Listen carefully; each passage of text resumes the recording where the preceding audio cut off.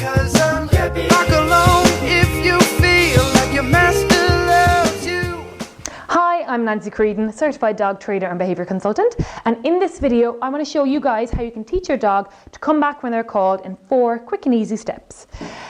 Recall, coming back when you're called, is such an important behaviour. We all want to let our dogs have free run and really enjoy sniffing about the forest and so on, but we can't do it if they won't come back when they're called because we don't want to lose our puppies. So it's really, really important to teach your dog to come back when they're called. It's obviously great for safety, so if you see anything risky up ahead, you can call your dog back and they'll come back when they're called. And it's also really important to make sure your dog's not out of control, because if your dog is running around the park, you've no control over them, they can become a hazard, and that's just not fair on everybody else. So teaching your dog to come back when called, we break down to 4 steps. So the first thing we want to do is be able to get the behaviour. So can we get the dog to come to us? Next, what we want to do is name the behaviour. So tell the dog what you've just done is called here.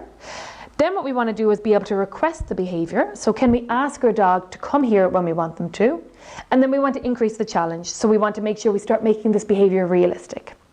When you start doing your training, start off somewhere nice and quiet, so in the garden, and then as you're building it up and you want to start teaching your dog to come back when they're called off the lead, go somewhere safe. So if you've got a friend with a closed-in garden, or if there's nearby tennis courts that you're allowed to use, a children's playground that's all fenced in, all these kind of places are great places to start practicing your recall training. When you are out in public and you don't have the safety of fencing, do use a long line. So you can buy these very long, like 10-meter long lines, so that your dog thinks that they're off the lead, but you still have the control, because again, we don't want to lose our doggies. What we want to do first is get the dog to follow us. So what we're going to do is make sure we have the dog's attention, put the treat right in front of their nose, start walking backwards and praise the dog as they follow us. This means that we know we have a manner to get that dog to come to us. Just before we give the treat, just hold on to the collar and give the treat. This will make sure that your dog doesn't turn into one of these little messers that likes to come near when you call them, but not back, so that you can put the lead on them. So stage 1 of get the behaviour, I'm going to see if Hamish will follow me when I have a bit of food in my hand. So Hamish, good boy, good boy. Take the collar and you get your treat. Good boy. Good boy. Good boy. Good boy. Now. So that's the get the behaviour. Yep, I now know that I can get the dog to follow me. Then what we want to do is name the behaviour. So what we're going to do, same thing, treat on the nose. As we start walking backwards and they follow us, we're going to tell them here, so that that sound means follow me. Good dog, good dog, good dog. Hold the collar, treat. That's stage 2 of name the behaviour. We want to do that several times so that the dog really understands that that word comes with the behaviour of going to that person. Next, we're going to go to the stage of naming the behaviour. So, Hamish, come here. Good boy. Here. Good boy. Good boy.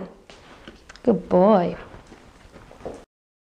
Request the behaviour. So this is where we want to see, will the dog follow us when they hear the word here? So what you're going to do is get the dog's attention, make sure that they're paying attention, they're listening to you, say here, and then you storm off. So you make a big clunky booting your feet along the ground, moving away, so the dog then, fingers crossed, will follow you. If you notice that they're following you, good dog, good dog, good dog, good dog, until they get to you, hold the collar and treat, and then let the dog go again. Here. Good boy, good boy. Take the collar and treat. Good boy.